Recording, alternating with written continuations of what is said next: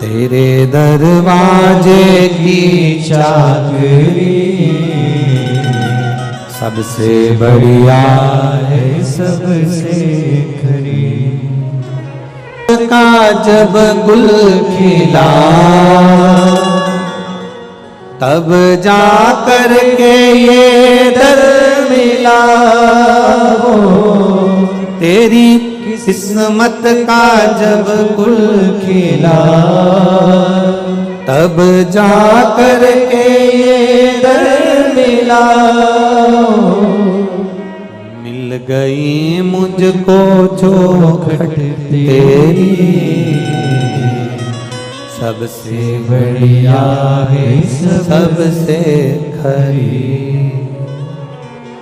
भोले बाबा तेरी नौकरी सबसे बढ़िया है, सबसे खरी।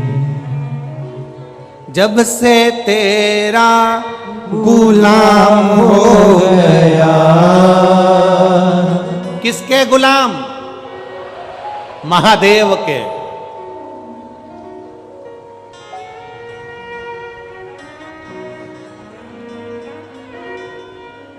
बहुत सारी कथाएं तो हम व्यासपीठ से कहना नहीं चाहते, नहीं तो कह देना तो लोगों को बड़ा बुरा लग जाता। दुनिया के लोगों को तुरंत काली मिर्ची तुरंत लग जाती। जितनी बार हम अभिषेक करवाते हैं उतनी बार काली मिर्ची तो लगती है लोगों को, पर अलग से भी लग जाती है। इस चक्कर में हम बहुत सारी बातें तो कहते नहीं हैं, हम बहुत सी चीज़ें नहीं कहते। हम इतना जरूर कहना चाहेंगे, आप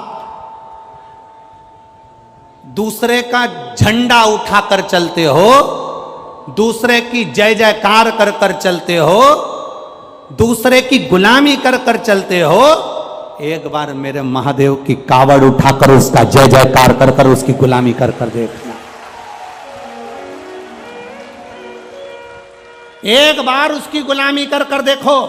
दूसरे की गुलामी करोगे, उसको पद मिल गया, प्रतिष्ठा मिल गई, तुम्हें 5 मिनट में भूल जाएगा। कौन? ऐसे ढेर आते हैं, कौन? हम नहीं पहचानते हैं। जब तक पद प्रतिष्ठा नहीं तब तक जानेंगे। पद प्रतिष्ठा मिली गया।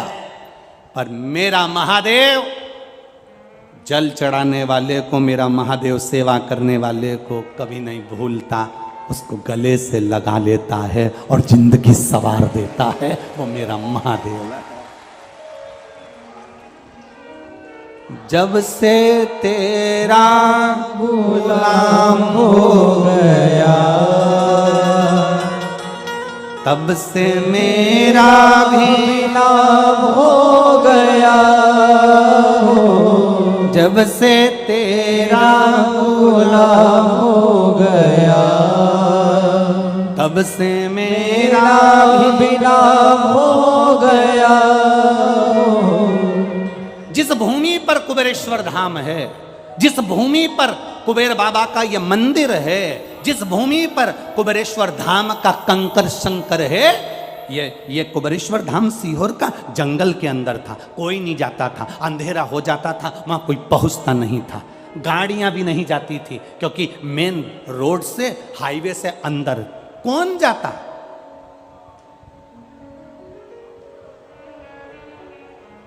ये शरीर बाबा बुलाता, वहां सांपों ही सांपों का ढेर रहता, सांप बहुत रहते कंकर शंकर की धरा पर, सांपों का क्रम।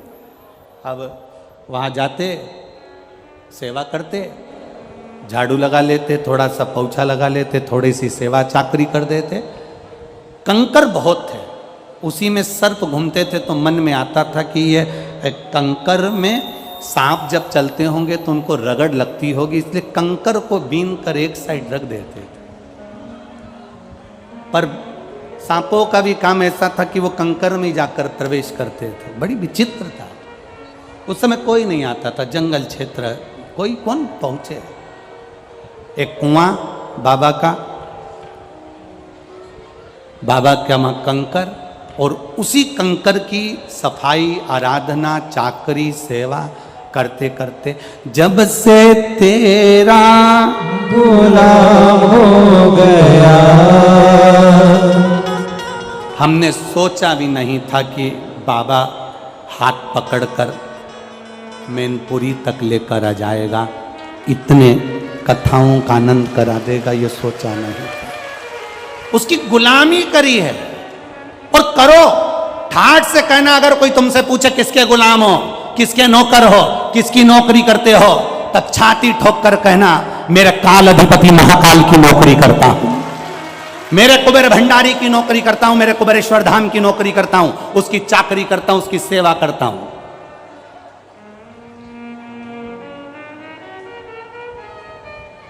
कोई पद है तुम्हारे पास में? पद है, पद का मतलब होता है चरण। कोई पद है तुम्हारे पास में? कोई पीठाधीश, मठाधीश, कोई छो तुम, तुम्हारे पास में कोई पद है?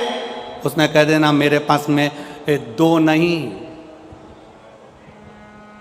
मेरे पास 2 नहीं, मेरे पास तो 8 पद रखे हैं। 2 मेरे भोलेनाथ के, 2 मेरी माता पार्वती के, 2 मेरे गणेश जी के, 2 मेरे सदानंद कार्तिकेय के, 8 पद मेरे पास में हैं। और जिसके पास में शंकर भगवान के पद होते हैं उसको पद की जरूरत नहीं पड़ती, उसकी प्रतिष्ठा खुद बढ़ती है। पद नहीं, प्रतिष्ठा बढ़ना चालू हो जाती है। कालाधिपति के चरण पकड़े हैं जिसने, शंकर के चरण पकड़े हैं जिसने, जब से तेरा बोला हो गया, तब से मेरा भी नाम हो गया, जब से तेरा सब बोला हो गया, तब से मेरा भी नाम हो गया। वरना औकात क्या थी मेरी,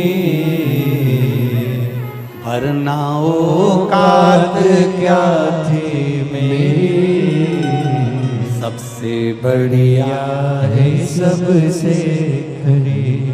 क्या औकात थी? बाणासुर के पास में था क्या? लंका के राजा रावण के पास था क्या? भस्मासुर के पास था क्या? अंधकासुर के पास था क्या? क्या था? ऐसा कौन है? कोई अगर कह दे कि मुझे शंकर ने नहीं दिया, एक 33 कोटि देवी देवताओं में से एक एक देवता ढूंढ कर लेकर आना और एक देवता का भी नाम बता देना कि जिसको शंकर ने नहीं दिया, जिसको शिव ने नहीं दिया।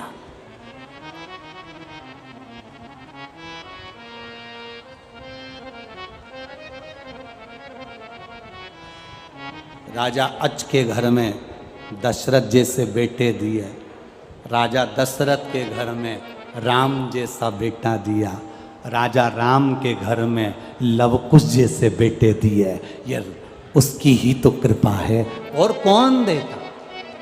भगवान कृष्ण के घर में 1,77,186 बच्चे दिए, ये उसी की तो कृपा है।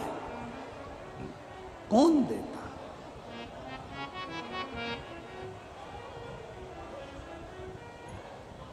कितना एक लाइन आरती की आप लोग गाते हो ना माँ,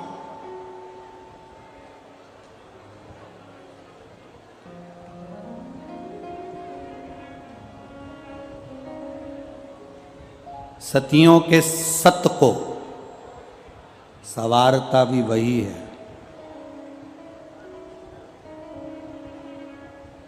दुनिया की गोदी में संतान देता भी वही है।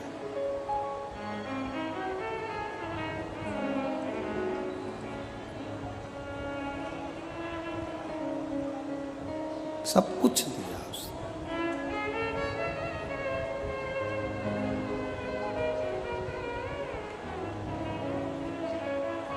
मेरे भोले तेरा सहारा है, मेरे भोले तेरा सहारा है, मेरी नैया का तू किनारा है, मेरी नैया का तू किनारा है।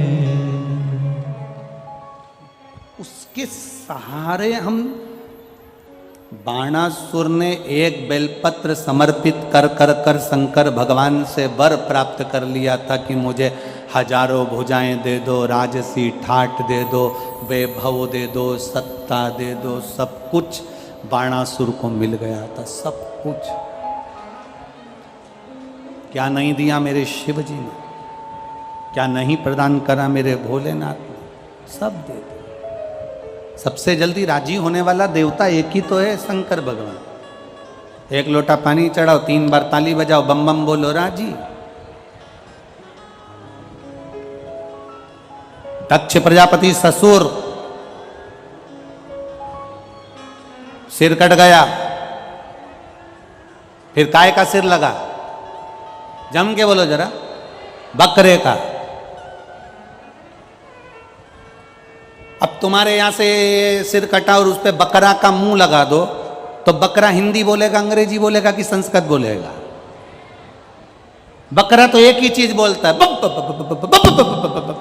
अब बकरा जैसे ही बप बप बप बप बोला, बकरे, दक्ष प्रजापति को सिर लगा था बकरे का। अपने जमाई की, शिव की स्तुति कैसे करे? तो बकरा हिंदी नहीं बोल पाया, संस्कृत नहीं बोल पाया, अंग्रेजी नहीं बोल पाया, मराठी गुजराती नहीं बोल पाया, बस मुंह से बप बप बप बप बोला। शंकर जी इतने खुश हो गए, मेरा ससुर कितनी अच्छी स्तुति कर रहा है, मेरा ससुर इतनी जोरदार स्तुति कर रहा है। शंकर भगवान ने उसी समय अपने ससुर के सामने दर्शन दे दिया। ससुर के सामने जिस दिन बकरे ने बब बब बब बोला और शिव जी प्रसन्न हुए, शंकर भगवान ने उसी दिन कह दिया, सुनो दक्ष प्रजापति, तुमने बकरे का मुख लगने के बाद भी मेरी स्तुति करी है, जो मेरे मंदिर में आकर बम बम बोलेगा, समझ लूंगा कि मेरा ससुर आया है और उसको भंडार भर दूंगा। अब जितने भी मंदिर में जाते हैं वो चिल्ला चिल्ला कर कहते हैं बम बम भोले, तो शंकर भगवान समझ जाते हैं मेरा ससुर आया। अब कई माताएं भी बोलती है बम बम भोले, तो शंकर भगवान समझ जाते हैं कि सास भी साथ में आई। उसमें मेरा वो गर्दनी तो रिश्ते बनाने में नंबर 1, संबंध अच्छे। अब तुम्हारा और शंकर जी का रिश्ता कौन सा हो गया? ससुर और दामाद का। बोलो सही है गलत है? भगवान से रिश्ता बहुत करीब का बनाकर रखना, बहुत करीब का। जिस विधायक जी से मिलना है, सांसद जी से मिलना है, मंत्री जी से मिलना है, मुख्यमंत्री जी से मिलना है, प्रधानमंत्री जी से मिलना है, राष्ट्रपति जी से मिलना है, अध्यक्ष जी से मिलना है, इससे मिलना है, तो उसके करीबी, उसका करीबी।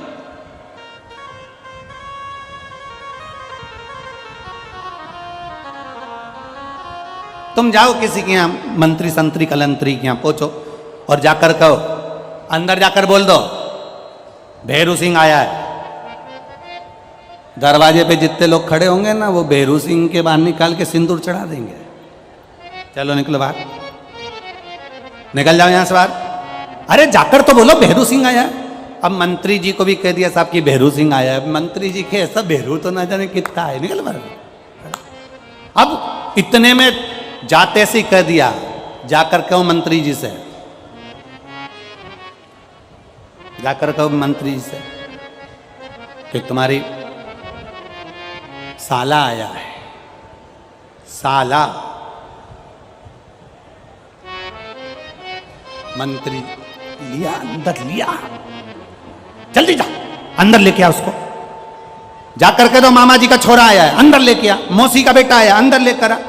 रिश्ता बना है ना, इसलिए उसको अंदर बुलाना पड़ेगा। तुम मेरे महादेव से बाप बेटी का, बहन भाई का, माता पिता का एक रिश्ता ऐसा बना लो कि बाबा भी कह दे इसको कुबेर का भंडार दे दे। ला अंदर, ला इसको अंदर। संबंध ऐसा बनाना, रिश्तेदारी अच्छी बनाओगे। रिश्तेदारी अगर अच्छी है तो नहीं तो मालूम पड़े तुम अगर आपकी अगर रिश्तेदारी दमदार नहीं है तो फिर तो तुम यहाँ बाहर खड़े होके चिल्लाते रहो, साहब अंदर जाके बोलो कि हम आए, हम अंदर जाके बोलो हम आए। कौन बोला?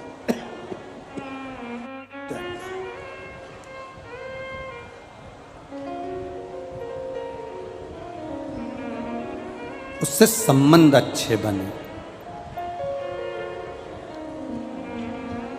जब संबंध अच्छे बनेंगे तो वो साथ है। संबंध अच्छे। बाणासुर ने शिव जी की आराधना कर कर भगवान शंकर को साधा है। तब शिव महापुराण की कथा कहती है कि बाणासुर तप कौन सा करता है? एक बेलपत्र अगर शंकर भगवान के मंदिर में समर्पित कर रहे हैं, ये तप साधना ही है। भगवान शिव को हाथ जोड़कर नमन कर रहे हैं इस कलिकाल में, यह तप साधना ही है। किसी भूखे को भोजन करा रहे हैं, यह तप साधना है। किसी प्यासे को पानी पिला रहे हैं, यह तप साधना है। किसी के बीमारी में हमने उसको औषधि दिला दी, यह तप साधना है। कोई पढ़ना चाहता है, उसकी एजुकेशन के लिए हमने थोड़ा खर्च कर दिया, ये तप साधना है।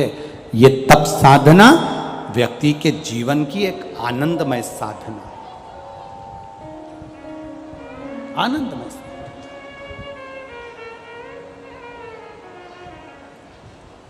ये कथा जब पूरी हो जाएगी, आज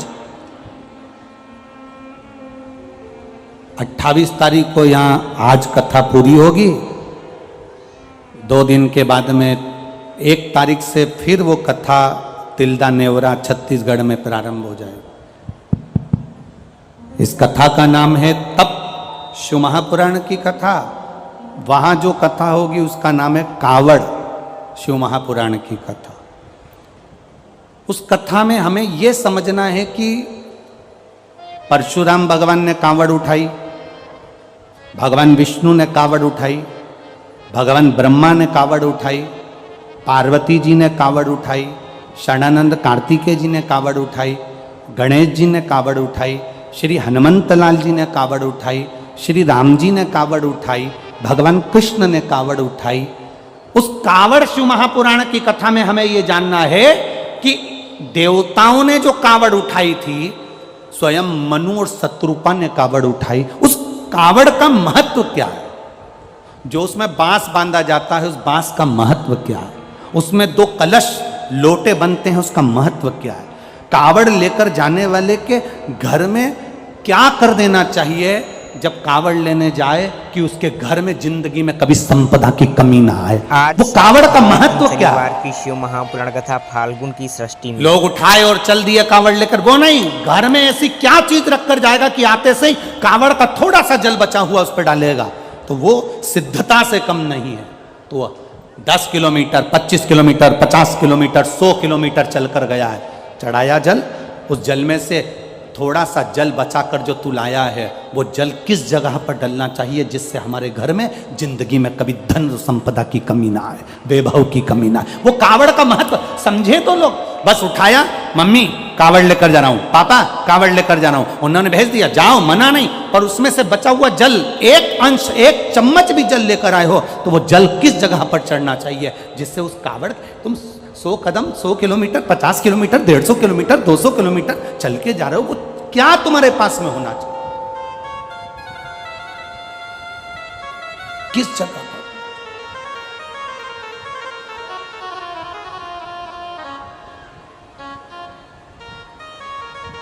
गणेश जी की धर्मपत्नी रिद्धि ने अपने पिता विश्वरूप जी से कहकर पहली बार जब कावड़ उठाई थी, तो रिद्धि ने उस कावड़ से क्या क्या नहीं पाया था। क्या केवल अपन लोग कहते थे भगवान हमें रिद्धि सिद्धि देना, तो रिद्धि को इतना सारा बल कहां से मिला है? शुभ और लाभ को इतना बल कहां से मिला, उसको हमें जानना है। इसलिए उस कथा का नाम कावड़ शिव महापुराण की कथा रखी, जो 2 बजे से 5 बजे तक है। उसको समझिए, जीवन में उसको समझ लो। लंकाधिपति रावण ने तप करा, बाणासुर ने एक बेलपत्र चढ़ाकर तप साधना का बल बढ़ाया है, अपने तप साधना को बढ़ाने का प्रयास किया बाणासुर। और बड़े तप महाराज।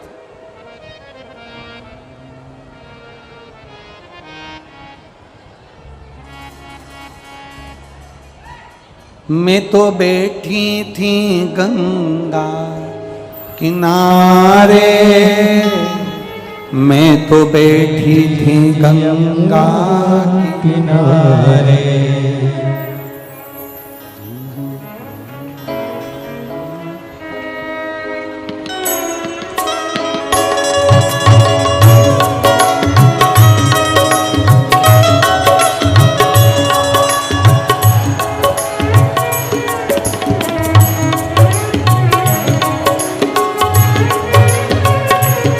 आओ से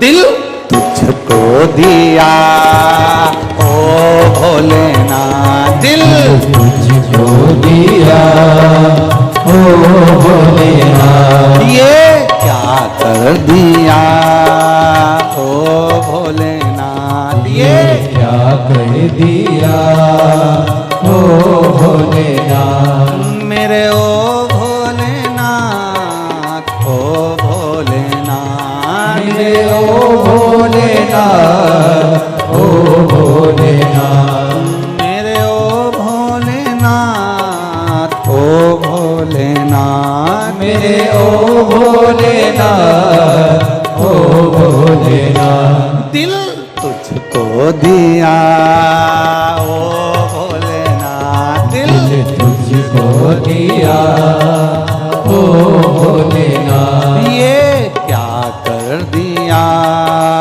ओ भोलेनाथ, ये क्या कर दिया ओ भोलेनाथ।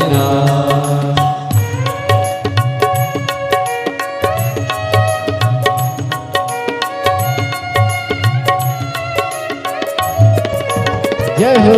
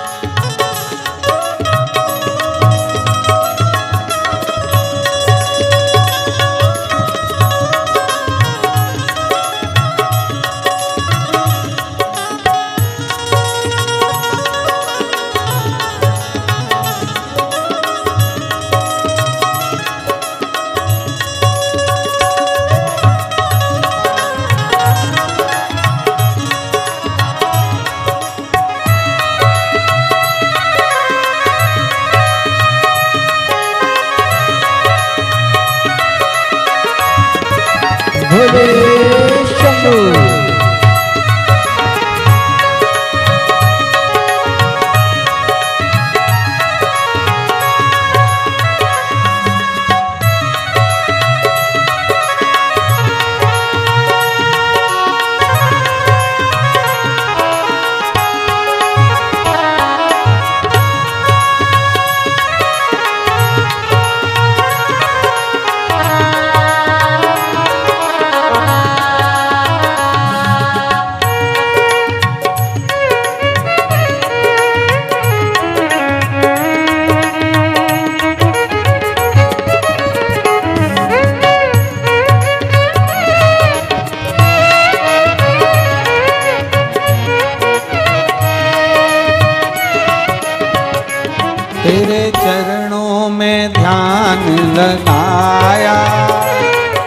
तेरे चरणों में ध्यान लगाया, तेरे चरणों में ध्यान लगाया, तेरे चरणों में ध्यान लगाया। ओ तेरे चरणों में ध्यान लगाया, तेरे चरणों में ध्यान लगाया, ओ तेरे चरणों में ध्यान लगाया, तेरे चरणों में ध्यान लगाया।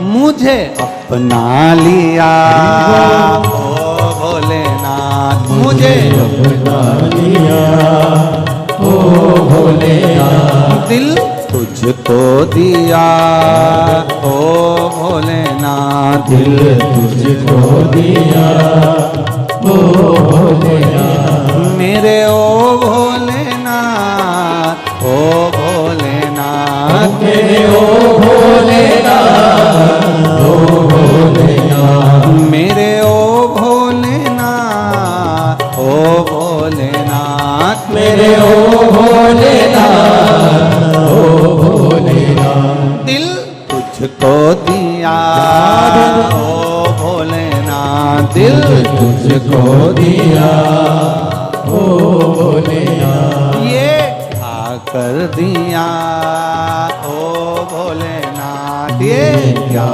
कर दिया ओ भोलेनाथ।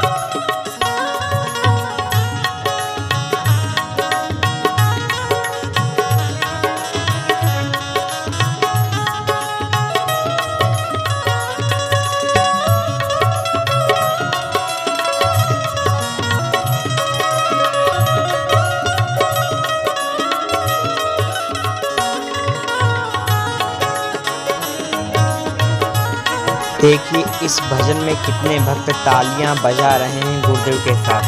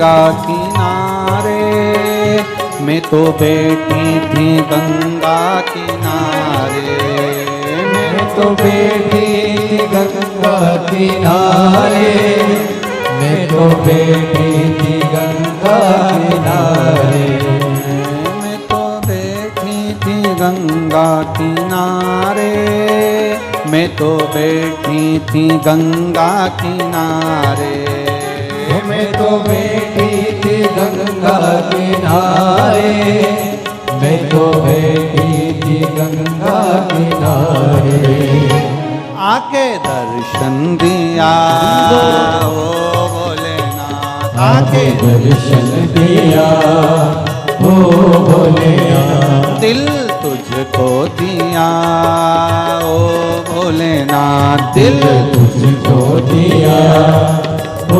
भोलेनाथ, मेरे ओ भोलेनाथ, ओ भोलेनाथ, मेरे ओ भोलेनाथ, ओ भोलेनाथ, मेरे ओ भोलेनाथ, ओ भोलेनाथ, मेरे ओ भोलेनाथ, ओ भोलेनाथ, दिल तुझको दिया ओ भोलेनाथ, दिल तुझको दिया ओ भोलेनाथ, ये क्या कर दिया ओ भोलेनाथ, ये क्या कर दिया ओ भोलेनाथ, दिल तुझको दिया ओ भोलेनाथ, दिल तुझको दिया ओ भोलेनाथ, ये क्या कर दिया ओ भोलेनाथ, ये क्या कर दिया ओ भोलेनाथ, हार हार महादेव है। अपने स्थान पर बैठकर जहां जगह मिल जाए वहां बैठ जाओ। आज कथा का विराम दिवस है। बाबा से दिल से अपने मन की बात भगवान देवाधिदेव महादेव से कहना।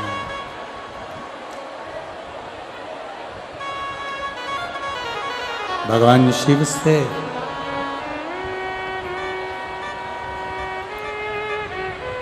कथा के इस पंडाल में बैठकर जितने लोग आस्था चैनल के माध्यम से घर पर कथा सुन रहे हैं वो, जितने मोबाइल पर कथा सुन रहे हैं वो,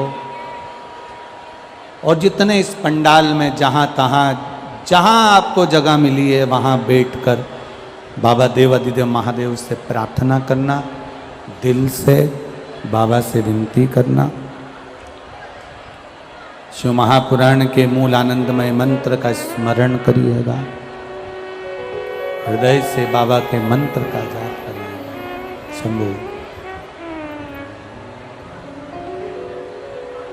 श्री शिवाय नमस्तुभ्यं, श्री शिवाय नमस्तुभ्यं, श्री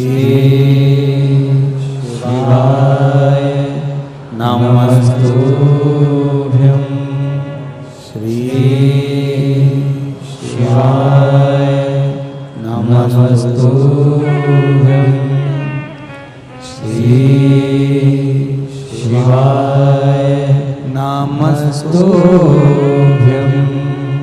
भोला सब दुख काटो मारा ओ भोला, सब दुख काटो मारा, शिव शंकर जपो तेरी माला, भोले बाबा जपो तेरी माला, भोला सब दुख काटो मारा, ओ भोला सब दुख काटो मारा, मंगलकारी, वैश्य है मंगल मंगलकारी। शमशान वासी हमारा, शमशान वासी हमारा, ओ भोला सब दुख काटो हमारा, ओ भोला सब दुख काटो हमारा। बाबा देवादिदेव महादेव बाणासुर शिव जी से वर प्राप्त कर लिए, हजारों भुजाएं हो गई उसकी, धन वैभव सत्ता सब कुछ, गला पकड़ रहा है, धन वैभव सत्ता सब कुछ उसका हो गया। शिव जी ने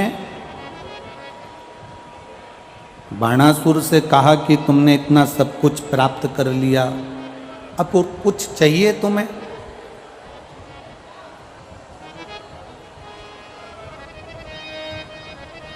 बाणासुर कहते हैं बस इतना सा और कृपा कर दो, एक दया और कर दीजिए।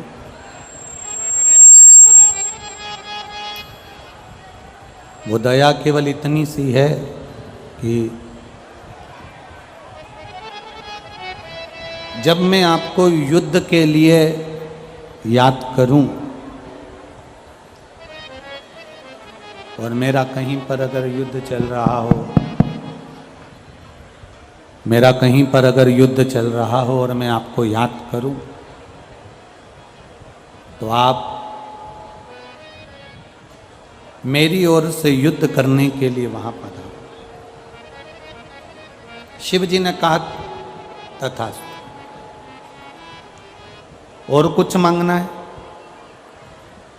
और कुछ चाहिए? एक वर और दे दो कि मैं कभी मरूं ना,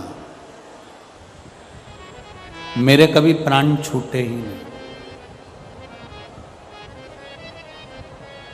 मेरे कभी प्राण ना जाएं, मैं अजर और अमर हो जाऊं, ये वर मुझे दे दीजिए। अब देखिए,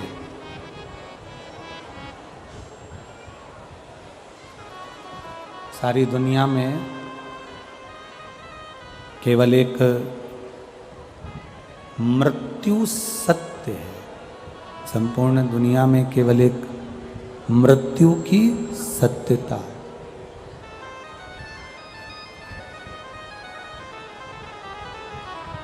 और बाणासुर कह रहे हैं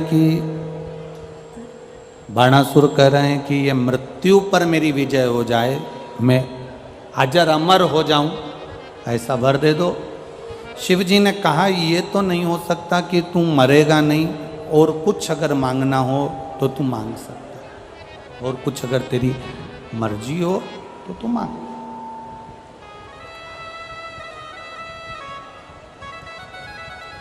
मरेगा तो ये निश्चित है कि मृत्यु निश्चित है, मौत आएगी, ये भी पक्का है। पर अगर तेरा मन कर रहा है और कुछ मांगने का तो मांग ले, तो मुझे वर दे दो, अगर मरूं तो किसी कुंवारी कन्या के हाथ से मरूं।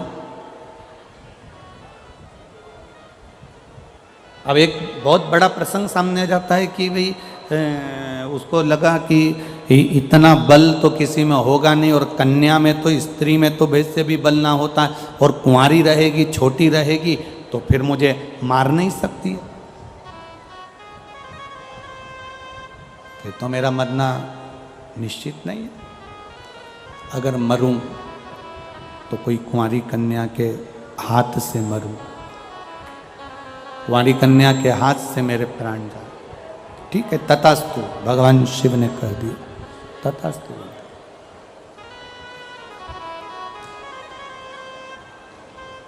जब व्यक्ति के पास में बहुत सारा वैभव आ जाता है,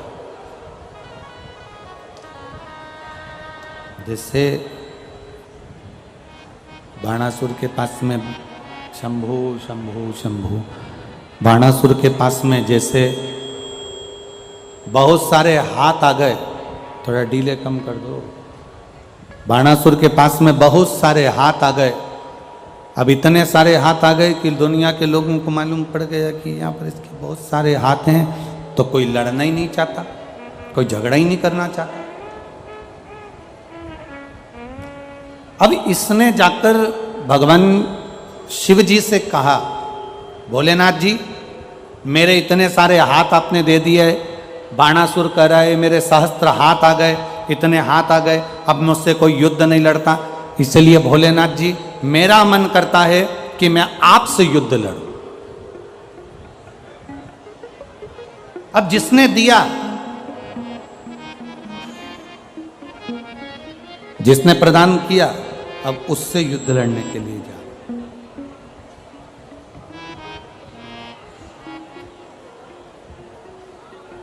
शिव जी ने मन में सोचा, पार्वती जी देख रही थी, पार्वती जी को देखते हुए बाबा भोलेनाथ जी ने कहा कि अगर पार्वती, अगर मैं इससे युद्ध लड़ता हूं ना, अगर मैं इससे युद्ध लड़ने के लिए जाऊंगा, इससे अगर मैं युद्ध लड़ूंगा और मैंने क्रोध में आकर अगर इसके हाथों को काट दिया, तो दुनिया के लोग कहेंगे कि महादेव ही ने वर दिया था और महादेव ने हाथ काट दिए।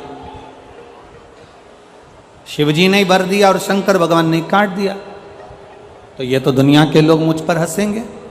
इसलिए भोलेनाथ जी ने कहा कि मैं इससे युद्ध नहीं लड़ सकता। तो शंकर भगवान ने कहा कि तुम चिंता मत करो, तुम मुझसे युद्ध लड़ने के लिए आए हो ना, टेंशन मत लो, समय आएगा और समय आने पर जब द्वापर आएगा, द्वापर में जब भगवान कृष्ण पृथ्वी पर आएंगे, तब तुम कृष्ण से युद्ध लड़ोगे और तुम्हारे हाथ बहुत ज़्यादा हैं, तुम्हारे हाथ तुम्हें लग रहा है कि मेरे ये हाथ बहुत सारे हैं, तो मैं कोई मुझसे युद्ध नहीं लड़ता, भगवान कृष्ण तुमसे युद्ध लड़े। समय आया, धीरे धीरे धीरे धीरे धीरे धीरे समय निकलता चले गया, द्वापर आ गया। भगवान कृष्ण के पौत्र अनिरुद्ध को बाणासुर की कन्या उषा ने पसंद कर लिया और उस अनिरुद्ध को अपने पास में रखा। श्रीमद् भागवत में चर्चा आती है, श्रीमद् भागवत कथा में आप श्रवण करते हैं, श्रीमद् भागवत में आप सुनते हैं, क्रोध बाणासुर के यहाँ पर जो भगवान देवाधिदेव महादेव की एक ध्वजा लगी हुई थी, वो ध्वजा खंडित हो गई। बाणासुर को लग गया कि अब युद्ध होगा कृष्ण के साथ। युद्ध लड़ने के लिए भगवान कृष्ण के सामने बाणासुर पहुंचे।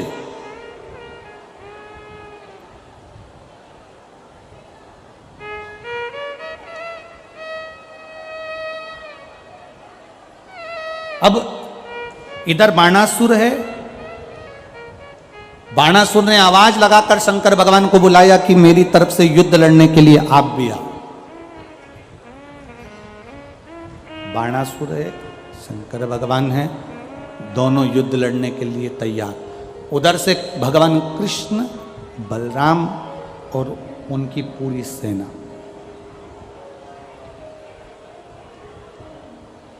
भगवान शिव जी ने भगवान कृष्ण को देखा और भगवान कृष्ण ने भगवान शंकर को देखकर दोनों एक दूसरे को प्रणाम कर रहे हैं। कृष्ण देवाधिदेव महादेव को प्रणाम कर रहे हैं और महादेव भगवान कृष्ण को प्रणाम कर रहे हैं। दोनों एक दूसरे को प्रणाम कर रहे हैं, दोनों।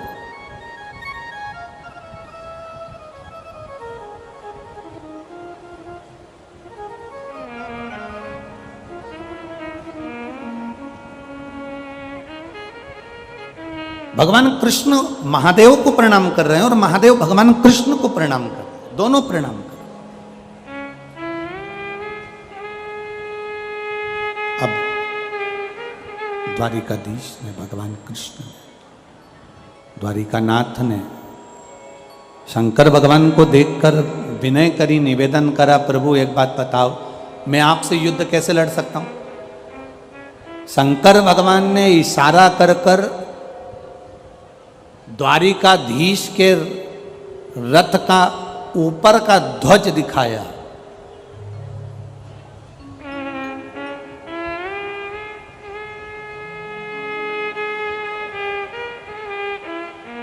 जिस ध्वज पर आगे के ओर श्री हनुमंत लाल जी विराजमान थे।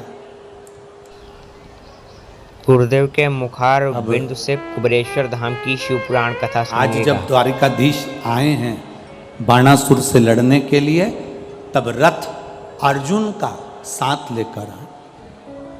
उस रथ पर हनुमान जी विराजमान थे। शिव जी ने इशारा करा हनुमान जी की ओर। द्वारिकाधीश नीचे उतरे, हनुमान जी से हाथ जोड़कर बोले, प्रभु पधारो जरा नीचे। राम अवतार में तुमने हमारा साथ दिया, आज कृष्ण अवतार में साथ दीजिए। क्या साथ देना है? हनुमान जी ने पूछा, बताओ। द्वारिकाधीश बोले, शंकर भगवान ने बाणासुर को वर दिया था, मैं तेरी ओर से युद्ध लड़ूंगा, पर सुन बाणासुर, युद्ध के मैदान में अगर मेरा रथ खंडित हो गया तो मैं युद्ध नहीं लड़ूंगा। अगर युद्ध के मैदान में मेरा रथ खंडित हो गया तो मैं युद्ध नहीं लड़ूंगा। अब तुम्हें एक काम करना है श्री हनुमंत लाल जी, जाओ और शंकर भगवान के रथ के पहिए को खोखला कर दो। रथ का पहिया अगर खोखला हो जाएगा, रथ दौड़ेगा, टूट जाएगा। टूटा, और वो टूटने के बाद में फिर मेरा देव अधिदेव महादेव इस युद्ध को नहीं लड़ेंगे। गला पकड़ रहा है, देव अधिदेव महादेव इस युद्ध को नहीं लड़ेंगे। आप करो ये प्रयास। हनुमान जी महाराज एक भंवर का रूप धरकर चले, और भंवर का रूप रखकर हनुमान जी महाराज पहुंचे जहां पर रथ के पहिए में कीला लगता है। उस कीले की जगह से रथ के पहिए के अंदर प्रवेश कर गए। पहिए के अंदर प्रवेश करे, पहिए को हनुमान जी महाराज ने खोखला कर दिया। जैसे ही बाणासुर ने कहा आक्रमण, रथ दौड़ा। शंकर भगवान का जैसे ही रथ दौड़ा, दौड़ते से ही शिवजी के रथ के भागते ही पहिया टूट गया। टूट गया तो भोलेनाथ जी ने कहा, अब मैं युद्ध नहीं लड़ सकता, अब तुम युद्ध लड़ो। बाणासुर ने युद्ध लड़ना प्रारंभ करा। द्वारिकाधीश ने जिस हाथों का इसको अहंकार था, उस बाणासुर के हाथों को काट काट कर मेरे द्वारिकानाथ ने टुकड़े टुकड़े कर कर जमीन पर फेंक दिए।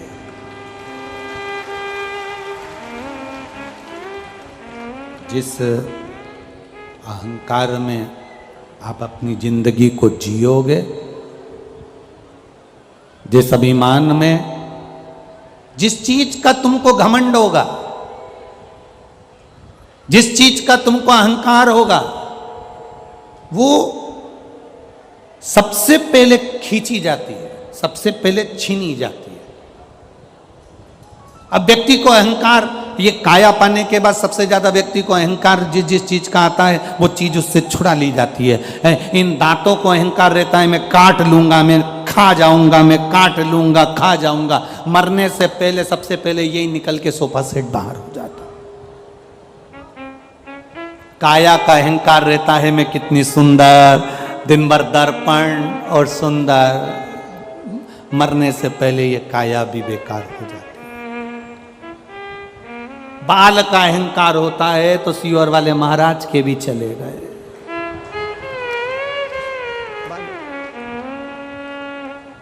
जिस जिस चीज का अहंकार करोगे वो सब चलेगा।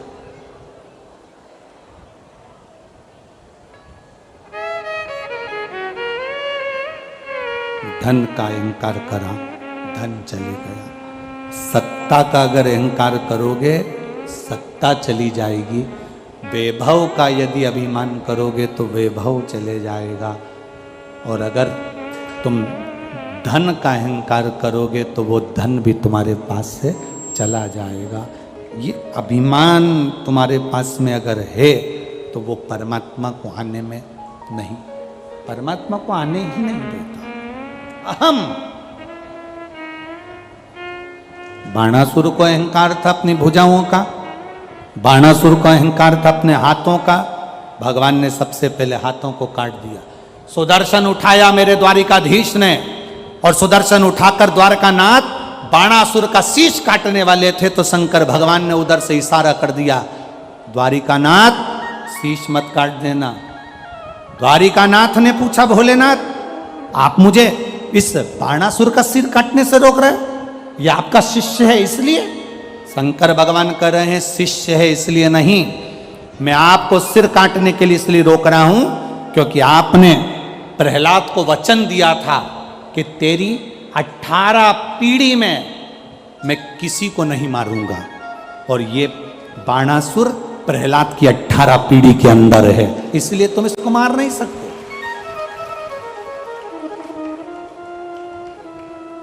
ये प्रहलाद की 18 पीढ़ी के अंदर है, तुम इसे मारोगे नहीं, तुम इसे मार नहीं सकते। तुम इसे मारिए नहीं। अब द्वारिकानाथ ने अपने सुदर्शन चक्र को वापस लिया, द्वारिकाधीश ने अपने सुदर्शन चक्र को वापस लिया, और द्वारिकानाथ ने बाबा भोलेनाथ जी से कहा, फिर इसका अंत कैसे होगा, इसके प्राण कैसे छूटेंगे, शरीर कैसे छूटेंगे? शिव जी ने कहा, इसने वर मांगा है, मरूं तो कुंवारी कन्या के हाथ से मरूं, कुंवारी कन्या के हाथ से।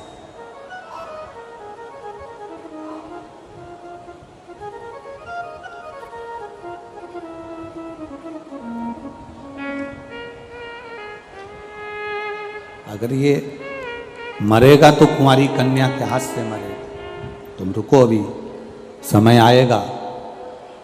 बाणासुर के अब केवल 2 हाथ बचे हैं, बाकी के सारे हाथ कट कर गिर गए, क्योंकि अभिमत्ता में आ गया था, अहंकार में आ गया था, और अहमता में आने के कारण इसका सब कुछ चले जाता, सब कुछ।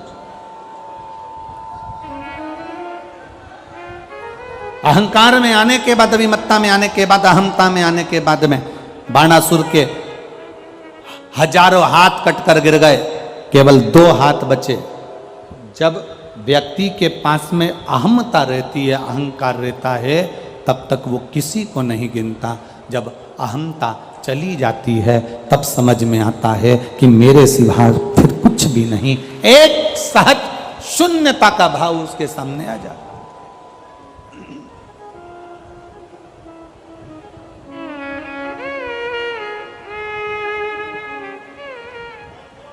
एक शून्यता का भाव।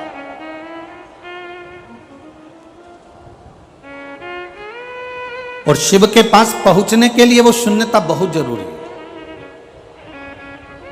देवादिदेव महादेव के करीब में जाने के लिए वो शून्यता बहुत जरूरी है। अहंकार में 3 गए, धन, वैभव और वंश। ना मानो तो देख लो, रावण, कौरव और कंस, ये अहम में चले गए, अहंकार में निकल गए। इसीलिए वो कहते हैं ना, क्या मान करे रे काया, कि काया माटी मिल जाएगी, राम भज ले हरि का नाम भज लो, कहीं तो राम मिल जाएंगे, क्या मान करे रे दौलत, वो दौलत माटी मिल जाएगी, क्या मान करे रे बेटे का, पड़ोसी बेटा बन जाएंगे। आज 2026 के फरवरी महीने का 7वां दिवस। मान करे रे बेटी का, वो बेटी जमाई ले जाएंगे, शरीर जो मिला है, भगवान की भक्ति का जो मूल तत्व प्राप्त हुआ है, शंकर भगवान की अविरल भक्ति का जो आनंद, गला पकड़ रहा है माइक, भगवान शिव की भक्ति का जो एक रस तत्व हमें प्राप्त हुआ है,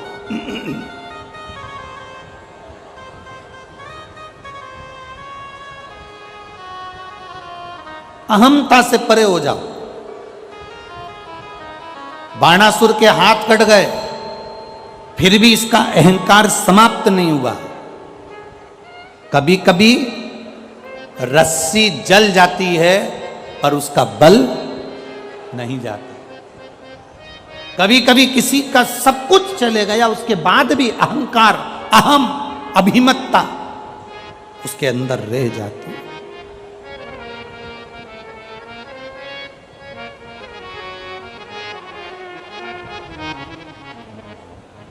वैभव गया, सत्ता गई, राजपाट गया, उसके बाद भी अहंकार उसके अंदर, अहम।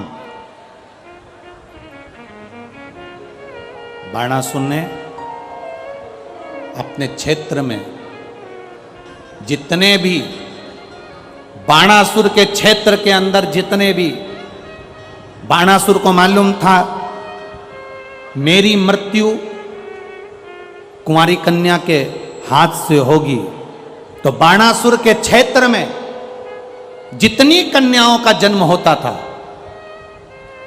बाणासुर के क्षेत्र में जितनी कन्या जन्म लेती थी, बाणासुर उन कन्याओं को मारने का प्रयास कर देता था। एक बहुत ध्यान देने वाला विषय है ये।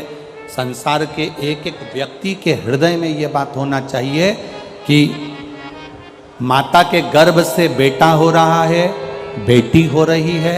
शिव महापुराण की कथा तो यहाँ तक कहती है कि बेटा एक कुल को तारता है और बेटी 2 कुल को पार लगा देती है। वो बेटी का जीवन,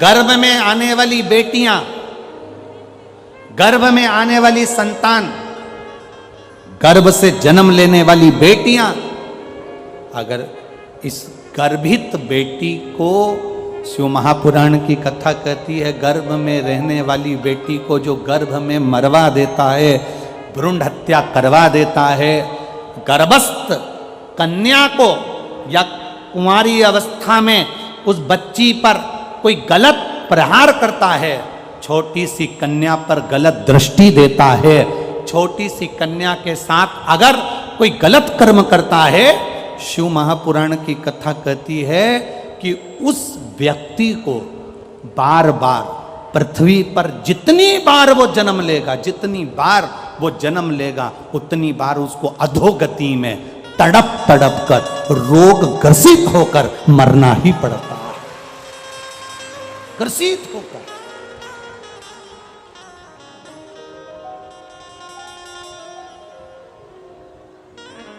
ये इतनी सारी माताएं बैठी हुई है, आप अपने घर का अंदाजा लगा कर देखिएगा। आप अपने घर में एक अंदाजा लगाइएगा,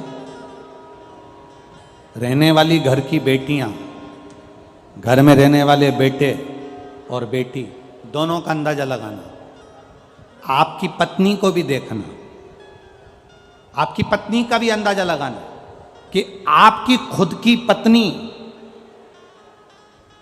वो अपने माता पिता के प्रति कितना समर्पित रहती है। बोलो सही है कि गलत है? आपकी खुद की पत्नी माई के 50 बार फोन लगाती है, मम्मी कैसी हो, पापा कैसे हो, भैया कैसे हो, शुगर की जांच कराई कि नहीं कराई, बीपी देखा कि नहीं देखा, भैया पापा को दिखाने चले जाओ फिरोजाबाद, भैया पापा को आगरा ले जा, भैया पापा को दिल्ली ले जा। तुम्हारे खुद की पत्नी को देखना, वो स्वयं अपने माता पिता के प्रति कितना सम्मान रखती है, उसके माता पिता के प्रति कितना आदर, उसके माता पिता के प्रति कितनी जागरूक होती है। खुद की पत्नी को देखो।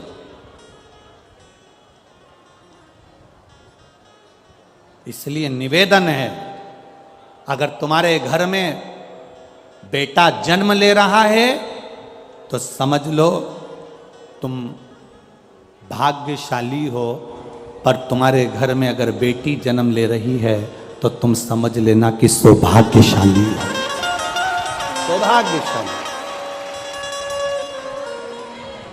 अगर बेटी का जन्म हो रहा है, किसी कुंवारी कन्या का, किसी कुंवारी बेटी का, किसी छोटी सी कन्या पर अगर आप गलत दृष्टि दे रहे हो, तुम छोटी सी कन्या पर अपनी गलत विचार रख रहे हो, छोटी सी कन्या पर गलत दृष्टि दे रहे हो, किसी कन्या के लिए तुम निंदा, 4 निंदाओं को वर्जित किया गया है। ठीक है, बहुत ध्यान देना आज की कथा का, ये सूत्र अपने अंदर उतार कर रखना। 4 निंदाओं को वर्जित किया गया। एक, सौभाग्यवती नारी, सुहागिन स्त्री, मांग में सिंदूर भरी हो, गले में मंगलसूत्र हो, हाथ में चूड़ा हो, पांव पैजनियां हो, किसी के घर की भी वो स्त्री हो, किसी के घर की भी वो नारी हो, वो किसी के घर की अगर मांग में सिंदूर भरी है, मंगलसूत्र पहनी है, चूड़ी पहनी है, बिछुड़ी पहनी है, सौभाग्यवती नारी की कभी निंदा नहीं करना चाहिए।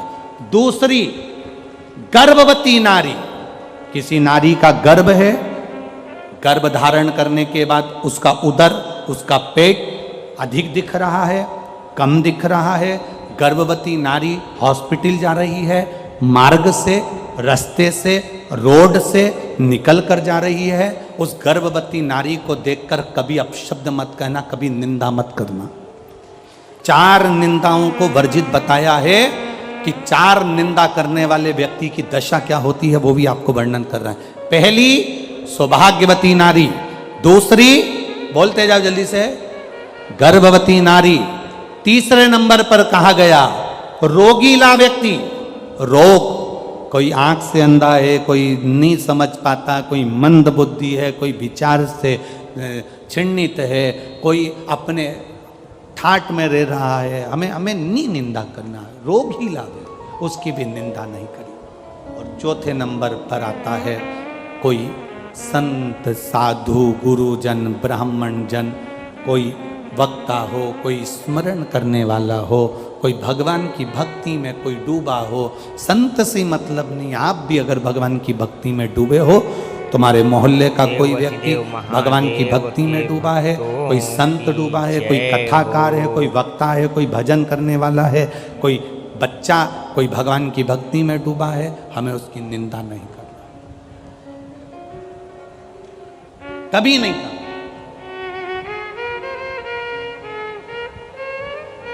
आज के जमाने में व्यासपीठ पर बैठकर लोग एक दूसरे की निंदा करते रहते हैं, कई लोग, और वहां सुनने वाले भी बैठे रहते हैं। उस समय पर खड़े होकर बोलना चाहिए आपको कि महाराज जी, हम यहां निंदा सुनने नहीं आए, हम यहां भगवान की कथा सुनने के लिए आए। व्यासपीठ पे बैठकर लोग दिन भर निंदा करते हैं, उस महाराज जी ने ऐसा बोला तो उसकी निंदा कर दी, उस महाराज जी ने ऐसा बोला तो उसकी निंदा कर दी। हम 3 घंटे का समय निकालकर अपने घर से चलकर कथा को सुनने के लिए आए हैं, किसी कथाकार की या किसी वक्ता की या किसी संत की निंदा सुनने के लिए नहीं आए। आप संत की बड़ाई करिए, संत का व्याख्यान करिए, पर निंदा ना करिए। निंदा नहीं श्रवण करना, हमें अपनी भक्ति में, ये शिव महापुराण की एक अलग आनंद था। इस व्यासपीठ ने आज तक किसी की निंदा का क्रम ही नहीं करा। वो भगवत भजन जितना कर सकते हो, जितना स्मरण कर सकते हो, जितनी भक्ति कर सकते हो, जितना शिव तत्व को अपने अंदर उतार सकते हो उतना उतारो, जितना शंकर को अपना बना सकते हो उतना बना लो। ये कथा हमेशा बस शिव को पाने का तरीका बताती रही है। ये कथा कभी निंदा को करने के लिए जागरूक ही नहीं, क्योंकि समय नहीं है इतना। कल आपको कथा में कहा था कि ये कथा में इतना है कि इसको बोले जाएं तो कम पड़ता है। इसीलिए तो आपने देखा होगा बहुत सारी कथाएं होती हैं जिसमें कथा के अंदर 2, 3, 4 भजन आ जाते हैं, पर आपने टीवी पर भी देखा होगा केवल एक ये कथा शिव पुराण की ऐसी होती है जिसमें भूल से 1 आध भजन आ जाता है, और कभी कभी बाबा की कृपा हो जाए तो 2 भजन हो जाते हैं, नहीं तो भजन ही नहीं आता। कथा इतनी विस्तार, शिव तत्व को हम कैसे पाएं, शंकर को अपना कैसे बनाएं, शंकर को पाने का तरीका क्या हो सकता है, बेलपत्री का गुण क्या हो सकता है, जल की महत्वता क्या हो सकती है, उसको पाने का तरीका हम ढूंढें। निंदा करने के लिए व्यासपीठ नहीं होती कि आप बैठ गए और उस महाराज की निंदा कर दी, वो महाराज की निंदा कर दी, उसके लिए बोल दिया, उसके लिए ना ना ना ना। भक्ति का बल कैसे बढ़ाया जाए, भक्ति के बल को कैसे बढ़ाए, शिव तत्व को कैसे बढ़ाए। कन्या पर दृष्टि गलत मत दो, कन्या पर कभी आप जीवन में कन्या पर गलत दृष्टि ना दें, कन्या को अपशब्द ना कहें। बाणासुर को मारने के लिए माता पार्वती जी ने एक छोटी सी कन्या का रूप धारण करा और स्वयं माता पार्वती कुंवारी कन्या बनकर बाणासुर का संहार कर दिया और कहकर मारा, बाणासुर सुन ले बाणासुर, ये तेरी गति जो बिगड़ी है ना, ये तेरे कर्म से बिगड़ी है। तूने कन्या का आदर नहीं करा, उसको गर्भ में मरवा दिया। तूने कन्या जन्म ली तो उस पर गलत दृष्टि दे दी, ये तेरे कर्म के अनुसार तुझे भोगना पड़ा। बाणासुर के प्राण छूट गए। 12 ज्योतिर्लिंग का स्मरण कर रहा है, शिव महापुराण वर्णन कर रही है। सोमनाथ जी का वर्णन करा, चंद्र को काया का रोग हुआ, बाबा देवाधिदेव महादेव ने काया के रोग से मुक्त किया। आगे वर्णन आया श्री मल्लिकार्जुन का, भगवान षडानंद कार्तिकेय जी रुष्ट होकर चले गए, जिनको मनाने के लिए भगवान शंकर पार्वती जी ने उनको मनाया। फिर अगला वर्णन आया है श्री महाकालेश्वर, दूषण नाम के राक्षस के लिए भगवान शंकर कालाधिपति बनकर प्रकट हुए। फिर अगला वर्णन है ओंकारेश्वर, विंद नामक पर्वत के तप से शिव जी प्रसन्न होकर वर प्रदान करे। फिर अगला वर्णन है भीमाशंकर, अगला वर्णन है केदारेश्वर, नर नारायण तप करके शिव जी को प्राप्त करे। पशुपति नाथ भगवान का आधा भाग केदार में रहा, आधा भाग नेपाल में डोलेश्वर महादेव के रूप में गए। पशुपति व्रत एक ऐसा व्रत होता है जिसमें ना कोई किताब पढ़ी जाती है, ना कोई पोथी पढ़ी जाती है, ना कोई कहानी पढ़ी जाती है। केवल 5 व्रत पशुपति नाथ के होते हैं। जिस दिन पहला व्रत करो, सुबेरे के समय पर पूजन की थाली लगाकर भगवान का अभिषेक पूजन मंदिर में जाकर करो, विनती कर कर वापिस आओ, पूजा की थाली रख दो। उसी थाली को शाम को जब लेकर जाओ, मीठे का घर में बना हुआ मीठे का प्रसाद, जो भी मिठाई आप बना लें वो ले जाओ। 6 दिए थाली में रख कर लेकर जाओ। मंदिर में 6 दिए नीचे जमीन पर रख लो, प्रसाद के 3 हिस्से कर दो, भगवान की पूजन कर दो। पूजन कर कर 5 दिए प्रज्वलित कर दो मंदिर के अंदर। जब 5 दिए